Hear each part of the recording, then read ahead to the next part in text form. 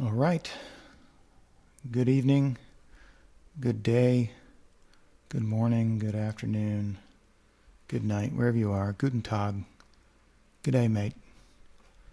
We are going to look a little more at live planetary stacking and enhancement in SharpCap 4.1. I shared some examples. I'm still clouded out, so these are not going to be live.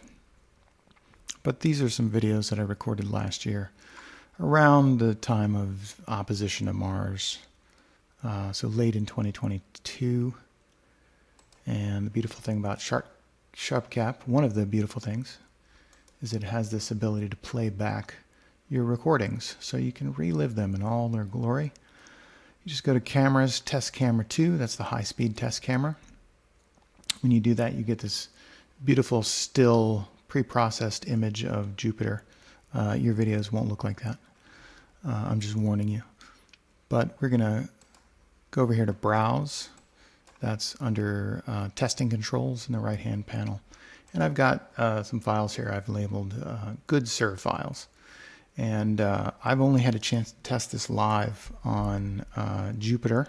We'll come back to Jupiter, but I had some saved up Sir files and thought I'd give those a shot. So I'm going to start with Saturn here, and I'm going to grab this guy and hit open, and SharpCap immediately starts playing the Sir file as though we were watching it live. And this was before I was stabilizing on capture, so you can see that Saturn is kind of moving around a little bit. That's okay, the tool will handle that for us. So what can we make this look like live? Remember, this is live. So we're going to go to Tools and Live Planetary Stacking and Enhancement. And the first thing you'll notice is that Saturn kind of looks blown out here. That's all right. We can make that look better. We got the wrong wavelet settings for Saturn. We'll come back to that. So I just turned off my wavelets. And you'll notice that Saturn is very, very still now. That's because we're stacking. We're stacking, in fact, 400 frames. That it's still live updating. It's updating 20 times a second. It's just stacking 400 frames for every one of those 20 updates per second. So Saturn immediately already looks way better. So let's go in here and see if we can do a little better than this. I will real quick reset these to the defaults so we get this view. There's a setting here called Have Wavelet Scales. I've talked about that before. It scales the image up by 2, applies the wavelets, and then downsizes it by a half. And that just gives you a little bit finer control of the wavelets. You have to play around with your own data to see which way, with this on, with this off, which way works better for you. I happen to like it with the Have Wavelet Scales on, especially in good seeing. So I'm going to click that on. You can see that once we start to sharpen, we can start to bring out some detail here in Saturn. And I like this kind of equally staggered kind of approach to the wavelets. Seems to work for me. You, again, have to play around, find your own. So that's one of the things that I like to do, is play around with things. And that's already looking pretty darn good. I'm going to clean it up a little bit. I got some ringing in the background there. I don't want to cut out too much of the background on Saturn, because if you can see this faint sort of inner haze inside the inner ring, that's real. So we don't want to lose that. So I'm just going to bring my black point to the right of that black peak, just to try to clip out a little of that ringing that we see without damaging our image. But we can do better than this. So I'm going to go in here and I'm going to turn up the saturation, because I like saturated things. I like colors. I'm going to try not to blow it out and make it too clowny like I have in the past, but I do like colors. I really love looking at colors. It's probably too much for most people. That's about good for me. So you can start to see these really beautiful pastels. Saturn is a kind of dingy planet. It's kind of yellowish.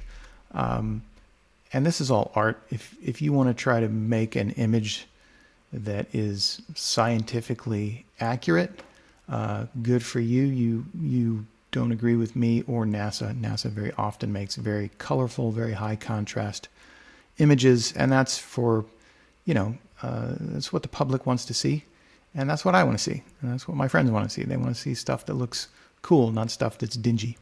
So that's my opinion.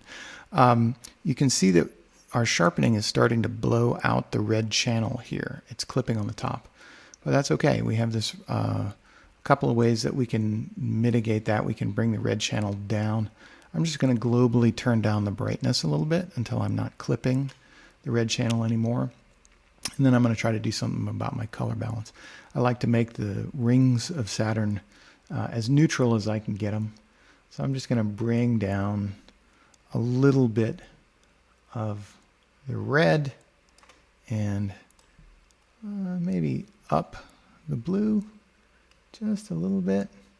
You don't want to go too much and make the whole thing look all blue, but just try to neutralize the rings and not too much green. It's all fiddly, it's all subjective, and that allows you to start to pull out more of these beautiful pastels. And you can see, I think there's some noise I can start to see here. So I'm actually just going to go in here and double my my wavelets. So I'm going to click that up to 800 real quick, and SharpCap immediately starts stacking more frames, and the noise goes down. And that's looking really nice. That's beautiful. That's like a photograph out of a textbook. This is at capture scale, by the way. Because this is last year, I can't honestly say what camera this was shot with. This was either the 183 ASI 183 MC or the ASI 678 MC. I'm really not sure which one it is. I would have to go in and measure the actual image scale to figure that out, and I'm not going to do that right now. But that's actually looking really nice, and we can save that. Boom. And one of the things I want to point out that this is really nice for that you can do on the fly. This is, and we're not anywhere close to clipping anymore. So let's brighten that image back up a little bit. I like that. And maybe let's increase the contrast. I like doing that. So I like to move that midline point just a little bit to the right. I don't know if you've noticed, but in this image, there are some moons hiding. There's probably also some dust on my monitor. I'm not sure which is which. Let's find out. So we can do that a few different ways. One, we can just kind of blow out the image here with the brightness control. And you can see that we've got, looks like 1, 2, 3, 4, 5. I don't know. Some of those might be dust on my monitor. I'm not sure. But it looks like at least 5 moons, maybe a little bit more. And we can, the other way that we can do this is we can enhance this a little bit with, again, our midpoint control. So we can just take that and drag it to the left. Oh, and now we can see we've got all kinds of stuff going on here. There's another moon right there. So we're at 1, 2, 3, 4, looks like 5, 6. And I can't promise some of these aren't background stars. They might be.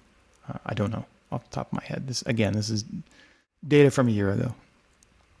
So you can use this on the fly to find moons without upsetting your high-speed capture. Because again, if this were live, you could, in fact, be capturing all of this data live without any of this post-processing. High speed does not affect the frame rate, does not apply any of this sharpening or color corrections to the raw data, so you can still do your high-speed capture. You can still do your advanced stacking and post-processing, and this doesn't interfere with it. It's a fantastic tool. We could make a time lapse over here, but yeah, Saturn, unless you happen to have some spoke action or the very rare occasion where there's a visible storm, or some online friends of mine this year posted some fantastic animations of Tethys transiting across Saturn's disk. Unless there's something cool like that going on, you're not going to get much out of a Saturn time lapse. It just kind of always looks the same. It changes very slowly, day by day, and then you come back the next season and the rings will be at a different angle. My frame filtering, I had very good seeing when I recorded these, as you'll see. So I'm only just throwing out the worst 10% of frames here. Beautiful. All right. So as I go through these, what I'm going to do is I'm just going to reset all the settings because I want to take every surf file, every recording that we go through, and just take it from the start and show you the way that I would process it. So I'm going to close this, and as a reminder, that's what Saturn actually looks like live. It was still live updating, but this is what you would see on the screen without this tool, which is still cool, but man, it looks better the other way, doesn't it? All right, I'm going to go in here and I'm going to grab another surf file from last year, and I'm going to grab Mars from the opposition, and I'm going to grab the first two of these, and there's Mars, and you can see this is a really good recording of Mars. I mean, the seeing was exceptional, at least for where I live. You know, I don't live in Barbados. I live in northern Florida, and you know, it's better than it was when I lived in North Carolina, but this was exceptional seeing for me. It's very good. So let's jump in, and you can see, by the way, Mars is stabilized in this video. So I was centering on the way in. All right, let's turn on the tool. See what we get. Again, Mars is instantly stabilized as we're stacking up frames. Mars is super bright compared to Saturn. So that means we don't have to stack as many frames to get the same level of noise. So I'm going to drop this. I'm going to see how low I can go. I just go 200. Let's try that. And I was already over 200, so we're counting backwards now. And now I'm just going to figure out where I want to take my sharpening to. Mars is famous for this rind that develops, the ringing that develops because of its very hard edge. You can see this is opposition because that hard edge goes all the way around. So I'm probably not going to push it too hard, but again, I'm going to go for that kind of staggered wavelet setting. It seems the best to me, and maybe not quite so much. Again, it's a balancing act between seeing the detail in the disc and making it look blown out and getting that sort of hard ringing at the edge. It's up to you. I'm going to leave it something like that. And again, I'm going to clean up some of that ringing with my display histogram stretch over here. And again, I like to increase my contrast. And you see this over here. This is not, I don't believe this is polar cap. This is cloud. But I would like to maybe brighten that up a little bit. Maybe whiten that up a little bit. You can't go too far with Mars. I see a lot of people make mustard Marses, and they make Marses that are tans and browns. And no, it's red. Mars is a red planet. So I'm just aiming to try to get that cloud, or maybe it's a little bit of polar cap, to be white. That'll make me happy. Something like that. I don't know. And then again, I get that ringing. So let's just take that slider down a little bit, try to help with that ringing, and maybe try to bring out some of that other detail with the other sliders. And I've gone off of my my equally staggered pattern, but that's okay. Just find what works for you. And you can see a lot of great features here on Mars. This guy is Olympus Mons. This guy, I'm drawing a blank on all my Mars features because I haven't imaged Mars in almost a year. That's all right. I cheat. I have an app. I have an app for that. So let's see. What do we got? We got the Elysium Planitia over here, and that other volcano on the upper left there is Elysium Mons. We have down here these famous two sort of fingers that stick up, and that is Aeolus Mensae. Nice. The larger one, the one on the right, is called Gale. Lots of cool stuff. Lots of cool stuff that you can make out. And if you see that dark spot right there, that's a crater. That's Newton crater. I do remember that off the top of my head. So lots of cool stuff going on. Lots of cool stuff. And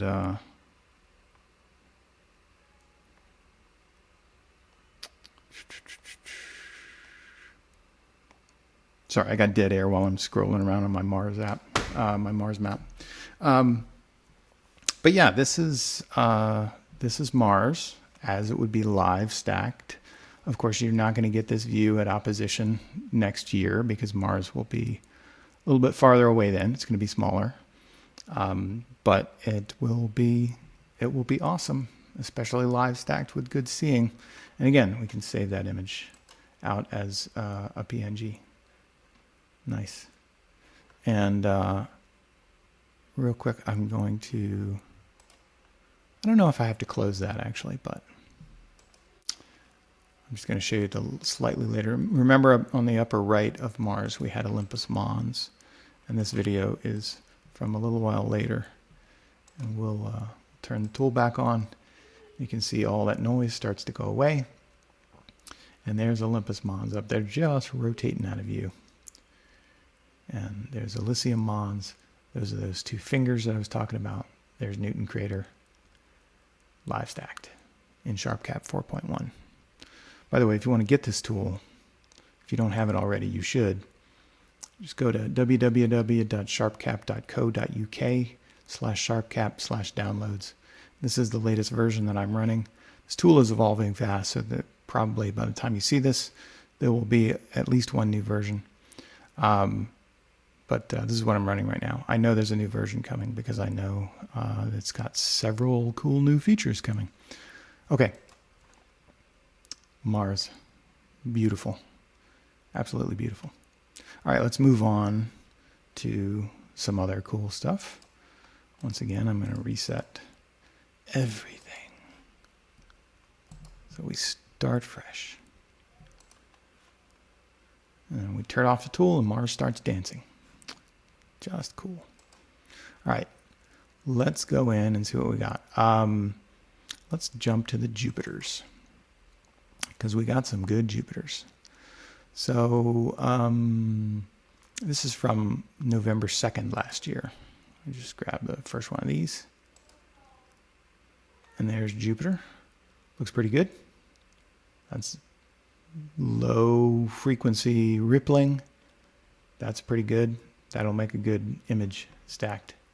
So let's see it. Turn on the tool. Jupiter is immediately stable. Immediately starts stacking up frames. It's not quite as bright as Mars probably in terms of surface brightness. Brighter than Saturn. I'm going to go 400 frames. And let's start sharpening. So I'm just going to move this guy to the right. Figure out where to go. Can already tell I'm going to want more frames. Get rid of some of that noise. Oops. Again, I like that sort of staggered approach to sharpening. Let's double that to 800 frames. So Jupiter's looking pretty good there. In terms of detail, the noise is fading out. Maybe we'll want 1,000 frames or 2,000 frames for good measure. Let's just go 1,000.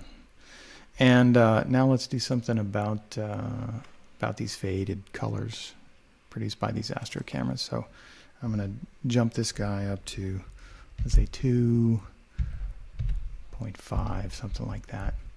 And you can see I've started to get this global tint. You can see my green is much higher than my red, and that's not normal for what I like to see in Jupiter. So I'm going to pull my red up, kind of swap those, and let's make some tweaks. Let's bring the green down and the red down. Maybe the blue up a little bit. Yeah, that's starting to look nice. I'm digging that. And let's once again clean up some of that ringing that we see. Just move the black point right a little bit. Just clip out some of that ringing. And you can see this red box is the stabilization box. So I did not stabilize this as I recorded it. And again, I'm going to move that midpoint right because I love contrast. I love being able to see things. You can see a little bit of ringing in the center of Io's shadow. By the way, if you're wondering, that right there, that's not cloud tops in Jupiter. That's Io. It famously has darker north and south poles. So if you see Io off the disk, people think there's a problem with the image because it looks elongated. It looks like a little football. It looks longer than it is tall, but that's because it has dark north and south poles. And again, if you wait it long enough and watch this live, you will see all of the motion. Jupiter is rotating live. Io is moving across the disk. The shadow is moving across the disk. This is updating at 7 frames per second. It's so slow because I have the have wavelet scales on. That takes a lot of processing. But again, it looks like a still image. You cannot tell the difference between 7 frames a second and 70 frames a second. You can't tell the difference between 7 frames a second and 0.7 frames a second. It's just that stable. So the fact that this slows our display frame rate down means absolutely nothing. It literally means nothing. Yeah, I like this image. Yeah, that's beautiful. So let's save that as a PNG. I'm going to use these images to make the title screen of this video. You'll have seen these. Just beautiful. All right. I'm going to jump in and grab the other video. I don't think I have to close the tool like I've been doing.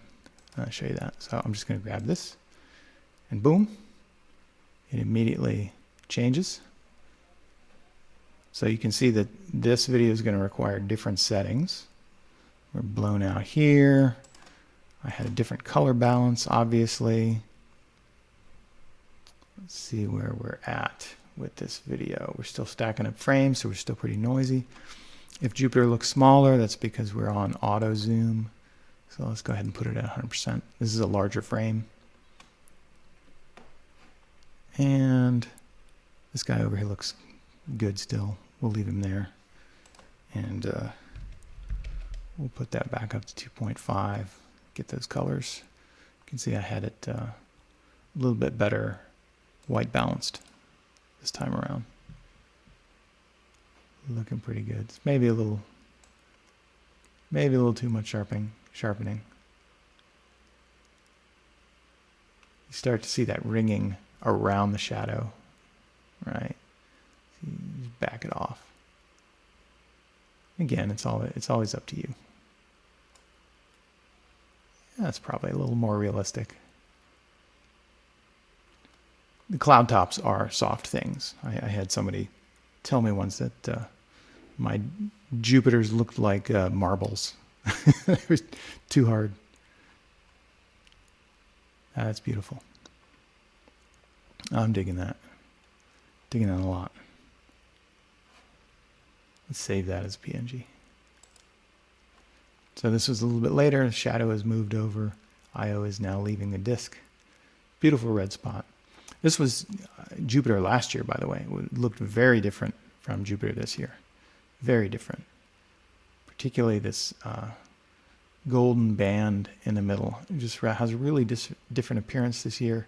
This year I don't remember seeing this pink pinstripe at the center of this northern temperate zone. I don't think I've seen that this year. So it's different all the time. Different all the time. And as a reminder, show unprocessed frames. That's what it looks like live. Which is good. I mean, that's pretty good seeing. That's not mountaintop in Barbados seeing, but for where I live, that's pretty good. And that's live stacked. Updating at a whopping 3.3 frames a second. But again, so steady you can't even tell. Beautiful. And you can make a time lapse. Covered that before. And then look at it in post. You can I'll put PNG images if you want to do a little post-processing on the individual frames and assemble the maybe do that in Wave Sharp and write out an animated PNG, or assemble the frames in PIP and write out an animated GIF, or you can just directly write out an AVI video. You can tell it how often to write frames and all kinds of good stuff.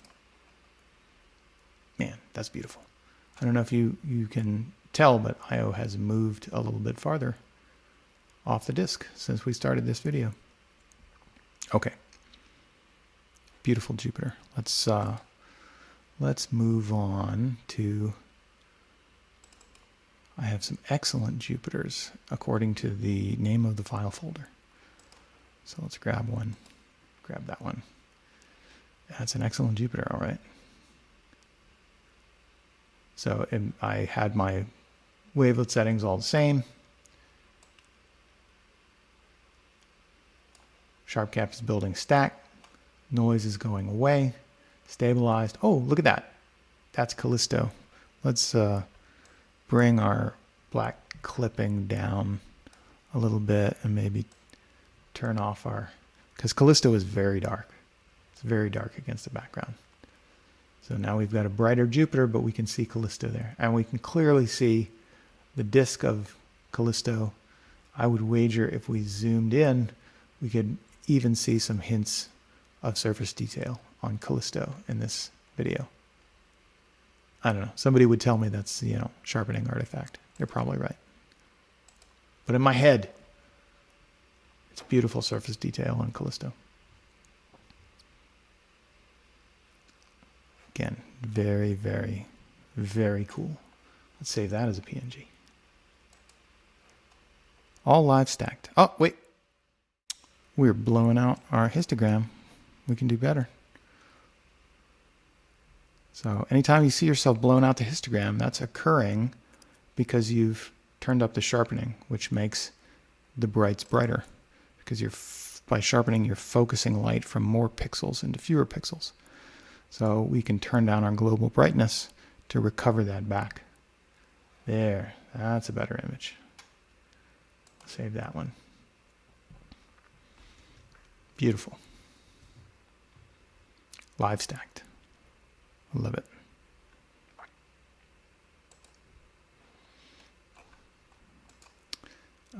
Let's go to, did I already show you that one? I might already, no, I did not. Let's grab this guy. Yeah, this is the one I wanted. This is a good example. You can see here, especially if I turn up the saturation, that I did not set my ADC correctly. Or maybe, I don't know. It's been a year. I don't know why, but clearly I have atmospheric dispersion. So I've got red here on the bottom of the disk. I have blue here on the top of the disk. By the way, that tells you what direction was the vertical in the sky. Runs from red to blue. but there's a magic button. You can see here that it's calculating, SharpCap is calculating the offset between the green channel and the red channel and the green channel and the blue channel. And you can see they're both pretty high, more than a pixel. So we can just realign the channels. Poof. And all of that atmospheric dispersion is gone. Now, I will say this is not magic. This is not better than using an ADC. If you want this done right, you should use an ADC. Because what happens is you can correct the global average offset in post, but what you cannot correct is the smearing of the image in the individual red, green, and blue channels that occurs from atmospheric dispersion. So, you know, if you want to produce the highest quality images, especially with your target low in the sky, you really want an ADC. So there's another beautiful Jupiter. A little softer, maybe, than before. Maybe the seeing wasn't quite so good. But we've got no Callisto to worry about. So let's... It's interesting. Blue is very hot here. Yet the image looks good to me. I would be tempted not to mess with the color balance, even though blue is very hot. I wonder why that is. I wonder what happens if we bring blue down to where I would normally put it. Oh, it gets very yellow. That's fascinating. Sorry. That's an interesting effect. All right, let's turn up our contrast like we like to do, like I like to do anyway. I don't know about you. Brighten it a little bit. There's a beautiful image. Let's save it. There you go. I have a few more Jupiters. I have, that was good. I have some that are marked GRS, Great Red Spot. I presume that they have a Great Red Spot in view. Oh, is this the same surf file? No, it's not. Oh, that's interesting. Had to reset the stack there. Fascinating. This has I/O, and I don't know if you can see what I was talking about before. I/O looks elongated, but it is not. It is especially not elongated by the stacking because it's barely had any time to stack. It hasn't moved a significant distance. So yeah, this was, I think probably, I could check the dates. They're in the name of the surf file, but around the same time, Jupiter looks very similar. Accumulating frames, noise going away, live stacked. Just amazing. Look at the detail. You get detail inside of the Great Red Spot. Inside the Great Red Spot. I'll save that. I think I had another one with atmospheric dispersion that I ran into, which was, is it this one? Oh, I have the, I'm aligning my channels. Of course I can't see the atmospheric dispersion. There it is. There it is. Crank it up. Realign the channels. All gone. Poof. Like magic. And of course the ADC will make more difference in post-stacking, because really we're only aligning with one big alignment point here, if you know anything about stacking. Normally when you image Jupiter, you cut up Jupiter into dozens of tiny little boxes, and you stack the tiny little boxes with the sharpest pieces of each frame, and then you warp the little boxes so that when you stitch the little boxes together, you don't have any seams left over. But the ADC will make a big difference there. But because we're only using one big alignment point here, essentially, and you are sort of blurring the frames with all of this motion that you're then sharpening back out, the ADC will make less of a difference live in this tool. But if you want the best post-stacked images, get an ADC. They're not expensive. That's cool. Did I save an image? Let's save an image. Again, a little softer here Not as good seeing as my excellent one. Okay. I also wanted to show you that it doesn't only do planets. Let's go in here. I said that I was going to reset these, so I'm going to reset everything.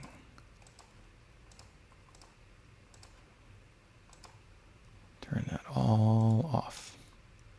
In fact, I'll close the tool because I want to show you this right from the start, what you're looking at, what you're dealing with. So it also does the moon. As long as the moon fits in your frame of your field of view, it'll do the moon, it'll do the sun, solar, white light solar, H alpha solar. It'll do double stars. You can split doubles. You can use it for focusing. You can use it for collimation. It's amazing. So this was shot untracked with a 60 millimeter guide scope and a SV Bony SV305. This is my rig that I take to the beach to try to image moonrise. So this is shortly after moonrise. The moon here is probably about 5 degrees up. And then you can see the SUR file starts over again. So all of these frames have the complete moon, so it can be stabilized. By the way, I can just, without turning the tool on, I can just show you that with planet disk stabilization. So now the moon is stable. And you can see the red box is the frame actually moving around the moon with the moon stabilized. And you can, this gets you, really allows you to see what's going on with the seeing. This was very low in the sky. So the moon is very yellow. You can see that down here in the histogram as well. Wiggling. So we don't need planet disk stabilization because the tool handles that itself. And let's turn it on. So the first thing you'll see is, I noticed in this particular image, realign channels does not really work that well. So let's turn that off. I don't know if you noticed that ghosted blue image of the moon. That's because it just can't. The blue image is so dark that the disk of the moon is not bright enough compared to the background to accurately calculate the center of gravity of the blue channel.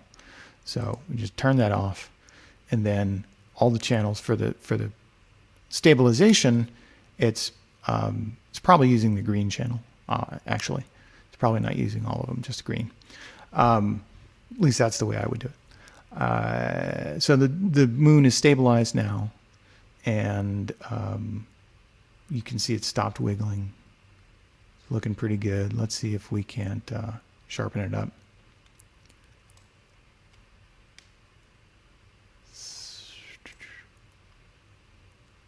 Get some nice details going. This is very low in the sky, so it is very wiggly. Let's do our half wavelet scales trick. That's better.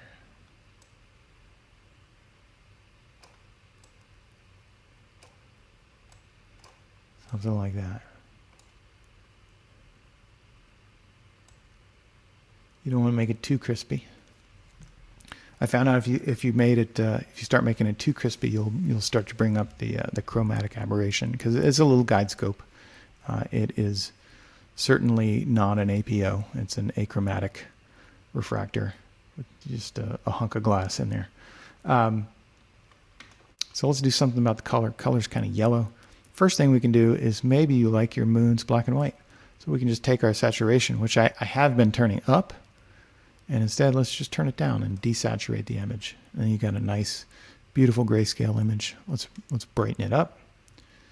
Maybe you prefer your moons to look as you see them in the sky, with, you know, a little bit of gamma applied so that they're brighter. Maybe you like to turn up the contrast. Whatever you like to do, it's up to you.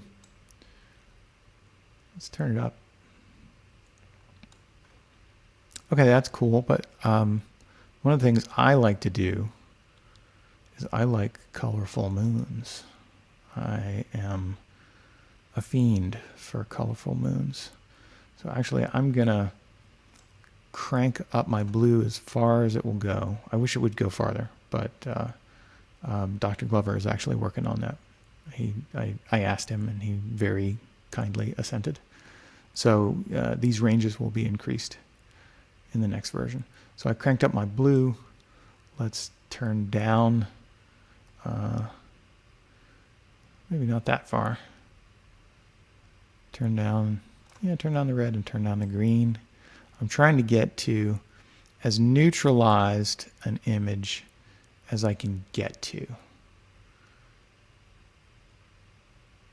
So something like that is a pretty neutral image of the moon. You can see there's a little bit of blue here. That's actually chromatic aberration. There's some blue crispiness at the edge here that I get from turning up the sharpening up there. So let's make a mineral moon right here in SharpCap live stacked. So let's turn up our saturation. And we're going to start to get color casts, funky effects. That's okay.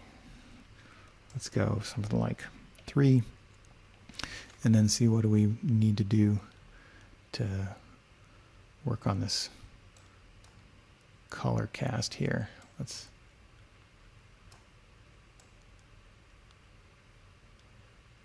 Yeah.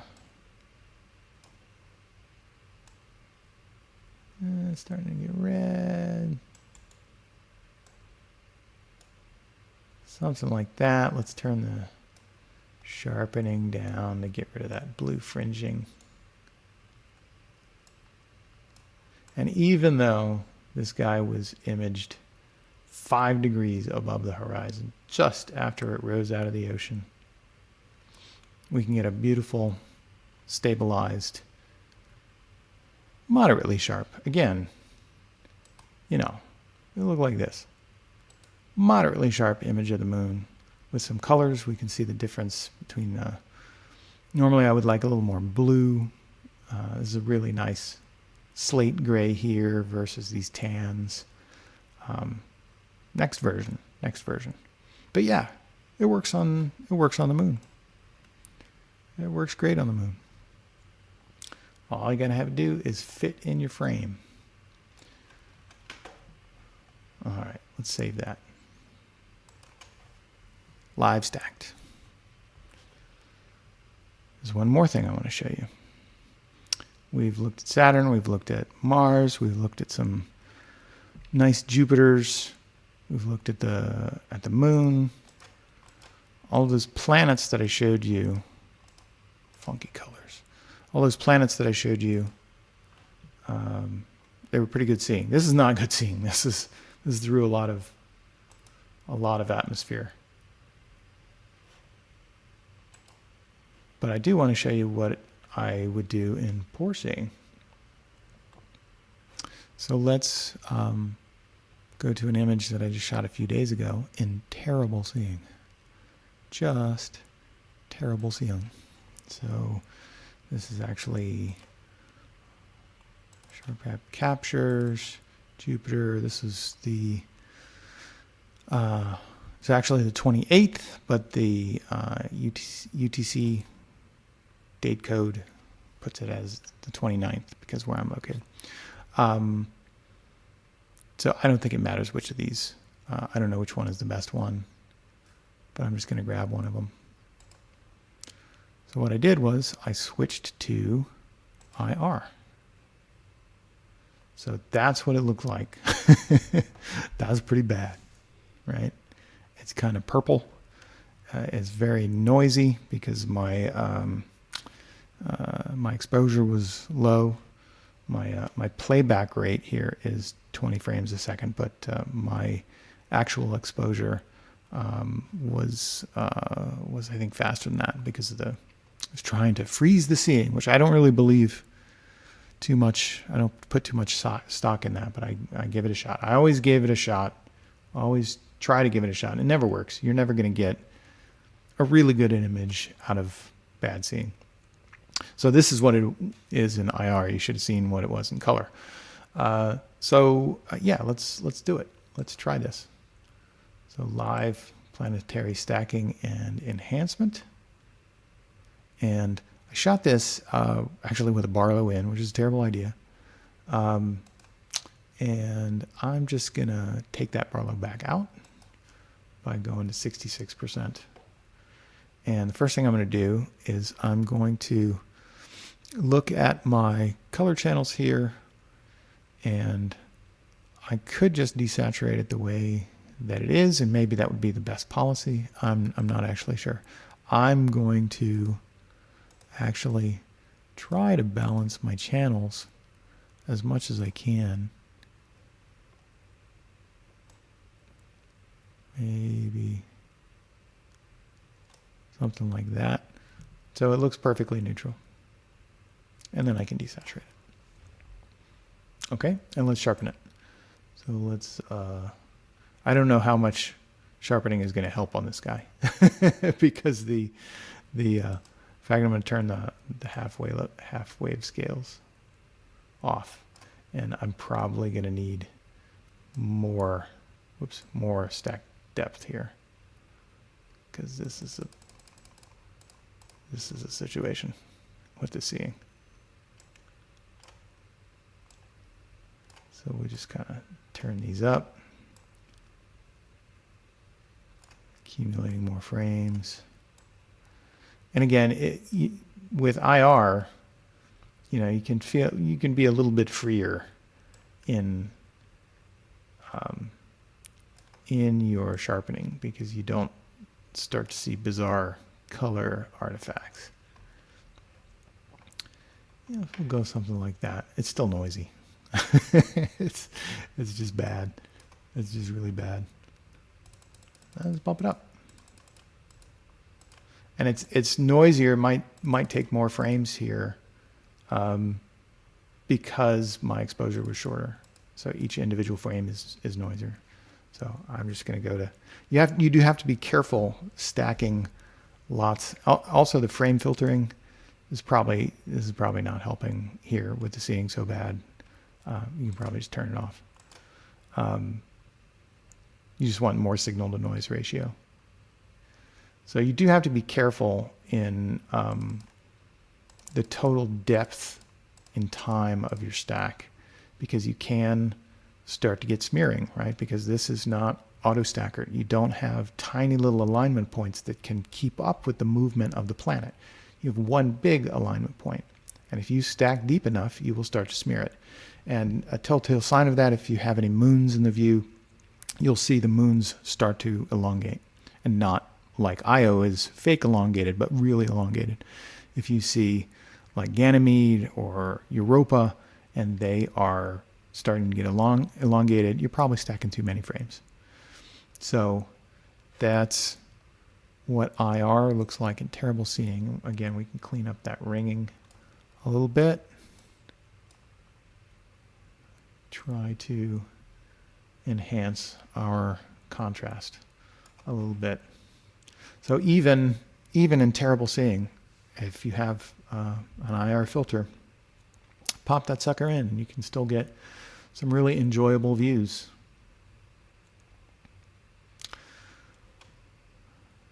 Save that.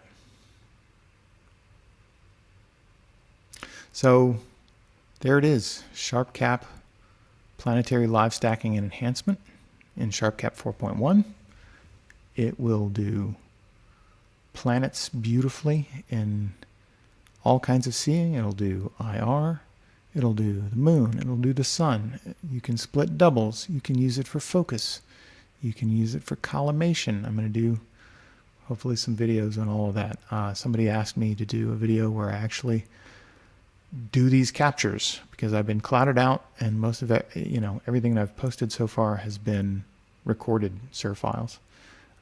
And if I ever have clear skies again and I set up, I will try to record everything I do from start to finish in SharpCap. And that includes polar alignment, that includes plate solving to get on target, that includes aligning the mount, syncing the mount. It includes automatic focusing, which a lot of people don't realize that SharpCap does automatic focusing for planetary, and it is great. People will Well, I'll talk about that in that video. But it's fantastic, and I use it all the time, and I love it. And thanks for watching.